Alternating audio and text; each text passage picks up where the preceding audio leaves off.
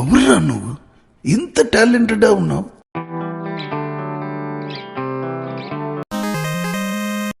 ఝాన్సీ, ఎంతసేపు? పెళ్ళి 11 అంటే ఆల్రెడీ 10:30 అయింది. ఇంకా సర్దుతూనే ఉంటావా?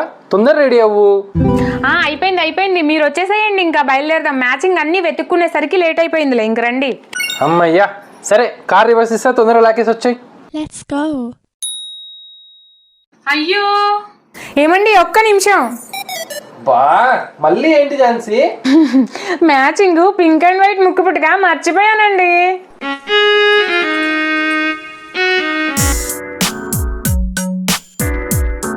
యశ్వంత్ ఎక్కడున్నాడని చూస్తున్నావా?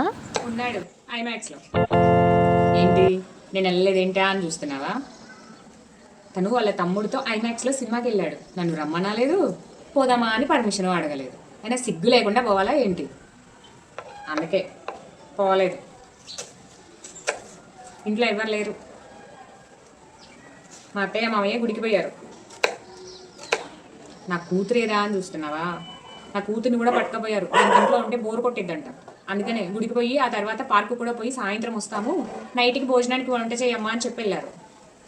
అందుకే ఉల్లిపాయలు వస్తున్నా, ఆనియన్ కర్రీ కోసం. మళ్ళీ ఎందుకంటే చూస్తున్నా ఉల్లిపాయల కూర ఏంటి అయినా? ఇంట్లో నేను ఒక్కదాన్నే ఉన్నాను, నాకు మాత్రం బోర్ కొట్టదా? నేను మనిషిని కానా?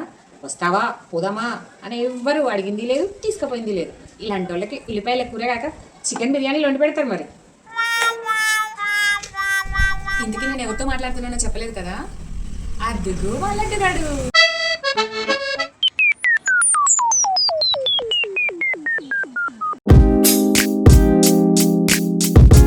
అమ్మా, నువ్వు నాకు కొత్త వాటర్ బాటిల్ కొన్నావా?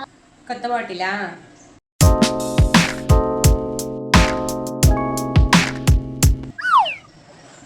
తెస్తా, ఇదిగో తీసుకో. ఇదైతే అస్సలు కారదు.